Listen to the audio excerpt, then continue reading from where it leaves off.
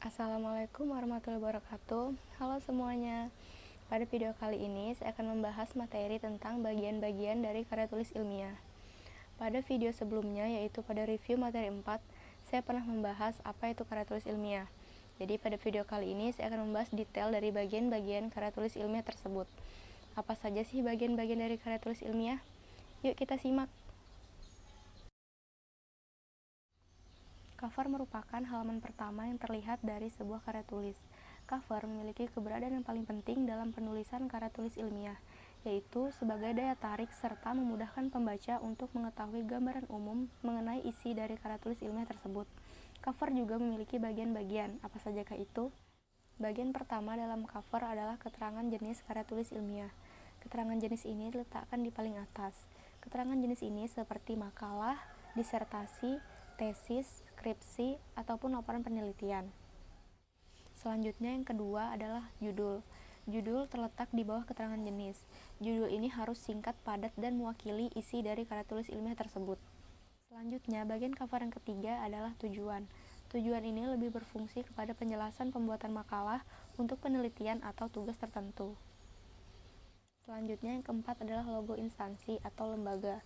Keberadaan logo ini sangat penting sebagai penanda identitas suatu instansi atau lembaga tempat makalah itu dibuat. Lalu yang kelima, letaknya di bawah logo, yaitu nama penulis atau penyusun atau peneliti. Fungsi utama dari nama ini adalah sebagai penanda identitas pembuat makalah. Selanjutnya yang keenam ada nama instansi atau lembaga. Fungsinya untuk memberikan informasi kepada pembaca bahwa karya tulis ini dibuat di bawah wewenang suatu instansi atau lembaga tertentu. Bagian cover selanjutnya adalah tahun dan tempat pembuatan. Fungsinya ialah untuk memberikan informasi kepada pembaca kapan dan di mana karya tulis tersebut dibuat. Adapun contoh covernya yaitu seperti ini.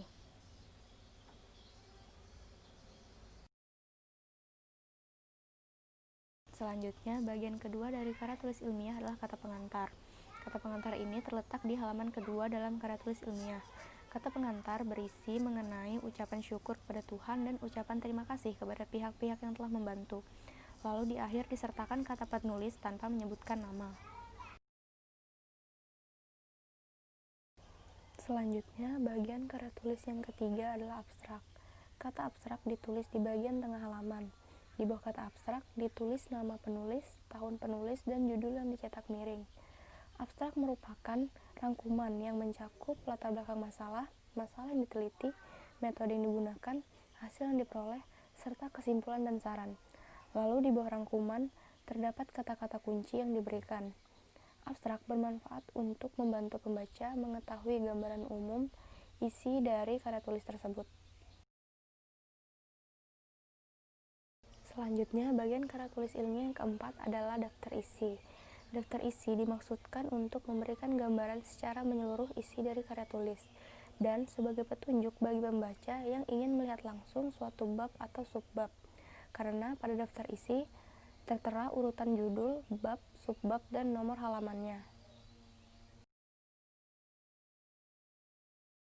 Selanjutnya adalah daftar tabel. Nah, daftar tabel merupakan kumpulan beberapa urutan tabel yang menunjang pembuatan karya tulis ilmiah. Daftar tabel adalah rincian tabel yang letaknya di halaman tersendiri, yaitu sebelum bab 1. Daftar tabel memuat nomor tabel, judul tabel, dan nomor halaman tempat tabel tersebut. Bagian karya tulis ilmiah selanjutnya adalah bab 1, yaitu pendahuluan. Di dalam pendahuluan ada latar belakang masalah yang menjelaskan alasan dan dasar pemilihan topik. Lalu ada rumusan masalah yang berisi permasalahan yang akan dibahas. Ada juga batasan masalah, ada tujuan penelitian yang berisi pernyataan yang mengacu pada pertanyaan pada rumusan masalah. Lalu ada hipotesis. Hipotesis ini berisi pernyataan yang dianggap benar dan harus dibuktikan lagi melalui penelitian. Lalu yang terakhir ada manfaat penelitian, yaitu manfaat yang diperoleh dari penelitian. Selanjutnya, landasan teori. Landasan teori adalah seperangkat definisi, konsep, serta proporsi yang telah disusun rapi serta sistematis tentang variabel-variabel dalam penelitian. Metode penelitian adalah langkah yang dimiliki dan dilakukan oleh peneliti dalam rangka untuk mengumpulkan informasi atau data, serta melakukan investigasi pada data yang telah didapatkan tersebut. Metode penelitian meliputi langkah-langkah yang harus ditempuh, waktu penelitian, sumber data, dan dengan langkah apa data tersebut didapatkan. Lalu selanjutnya dianalisis dan dibahas. Bagian karya tulis ilmiah selanjutnya adalah bab 4, yaitu hasil penelitian dan pembahasan. Bab ini sangat penting karena pada bab ini dilakukan kegiatan seperti analisis data, sintesis pembahanan, interpretasi penulis, pemecahan masalah, dan temuan baru yang diformulasikan jika ada.